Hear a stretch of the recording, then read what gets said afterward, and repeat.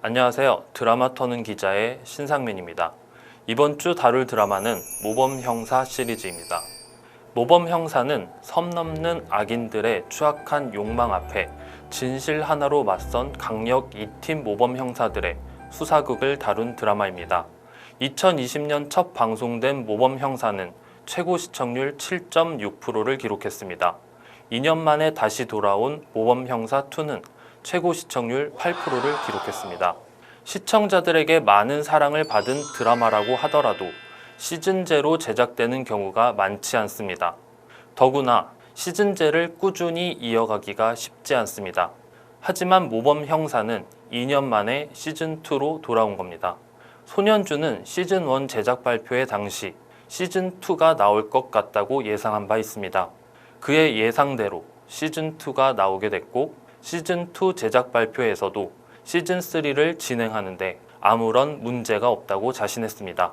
모범형사가 시즌제에 적합한 이유는 바로 캐릭터 때문입니다. 미드 범죄 형사물을 보면 또렷한 개성을 가진 캐릭터가 등장합니다.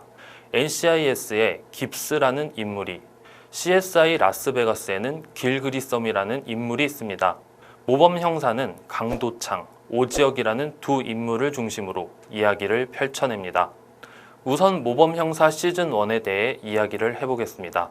서부경찰서 강력 2팀 강도창 형사는 18년차 형사로 이혼한 여동생을 먹여 살리는 인물입니다. 그런데 그에게 광수대에 있다가 1년 휴직 후 서부경찰서로 복귀한 오지혁 형사가 파트너가 됩니다. 하지만 강도창은 자신보다 계급도 높고 광수대에서 좋지 못한 소문이 있는 오지혁이 불편하기만 합니다. 오지혁 형사는 어린 시절 상처를 가진 인물입니다. 자신이 보는 앞에서 아버지가 살해당하고 어머니도 우울증으로 자살을 한 상처가 있습니다. 무엇보다 아버지를 죽인 범인을 보고도 자신이 기억하지 못했다는 죄책감을 가지고 있습니다.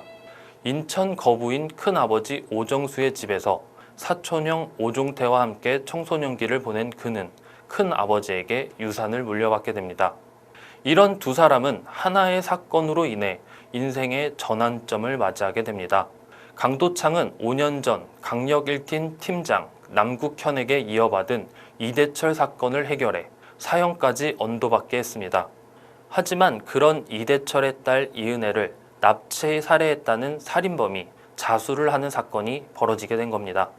강도창은 납치 살해 사건에 다가갈수록 범인이라고 철석같이 믿었던 이대철이 범인이 아니라는 증거가 하나둘씩 나오자 혼란스러워합니다. 강도창은 오지혁과 함께 이대철의 무죄를 입증하려 하지만 실패하고 맙니다. 그리고 이대철의 사형이 집행됩니다. 이 사건을 통해 강도창이라는 인물에게 트라우마가 생깁니다. 이는 시즌2에서 강도창을 더욱 고뇌하게 만드는 요소로 작용합니다. 오지혁은 어린 시절 트라우마로 인해 물불 가리지 않는 불도저 같은 모습을 보여줍니다.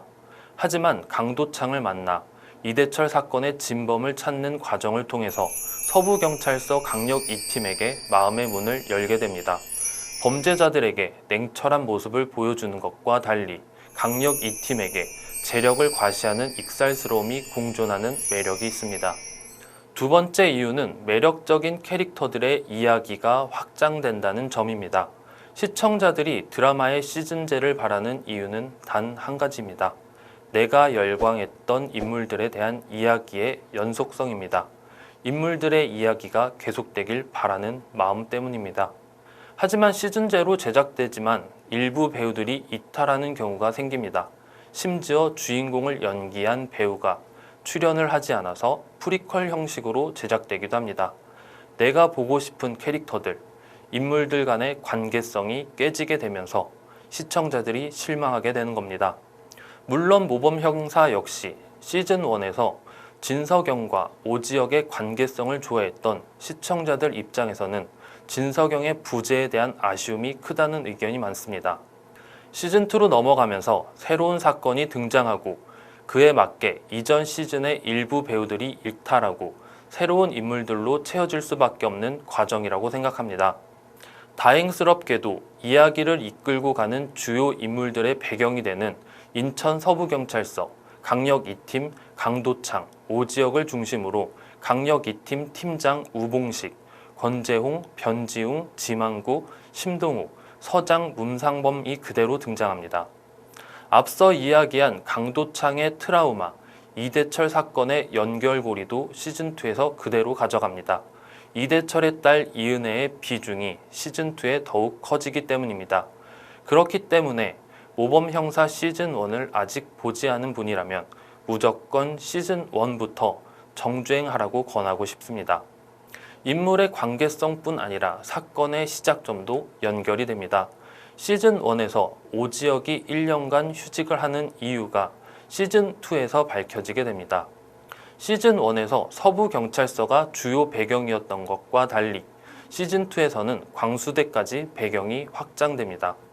재미 포인트 중 하나는 서장 딸의 등장입니다. 시즌1에서 잠깐 전화통화로만 존재를 드러낸 서장 딸이 시즌2에서 사건에 휘말리면서 이야기의 한 축을 담당하게 됩니다. 시즌1을 재밌게 본 시청자들에게 반가운 얼굴이 시즌2에서 카메오로 등장해 재미를 더하기도 합니다. 시즌1에서 악의 축이었던 오종태, 청문 담당관으로 강도창에게 힘을 보탰던 윤상미가 시즌2에 등장합니다. 모범형사 시리즈는 이야기 구조가 시즌1과 시즌2가 그리 다르지 않습니다. 강력범죄 사건에서 이야기가 출발합니다. 하지만 사건의 진실에 다가갈수록 거대 권력의 추악함이 등장합니다. 결국 거대 권력을 처벌하면서 이야기가 끝이 납니다. 시즌1에서는 이은혜 납치 살인 사건이 발단이 돼 인천제일신탁 대표 오종태, 정한일보 사회부장 유정석으로 이어진 비리까지 밝혀지게 됩니다. 시즌2에서는 출발점이 연쇄살인 사건이지만 이후 TJ그룹의 범죄 사실이 하나씩 밝혀지게 됩니다. 시즌1과 크게 차이가 없는 이야기 구조라고 생각할 수도 있지만 반대로 생각해 볼 수도 있습니다.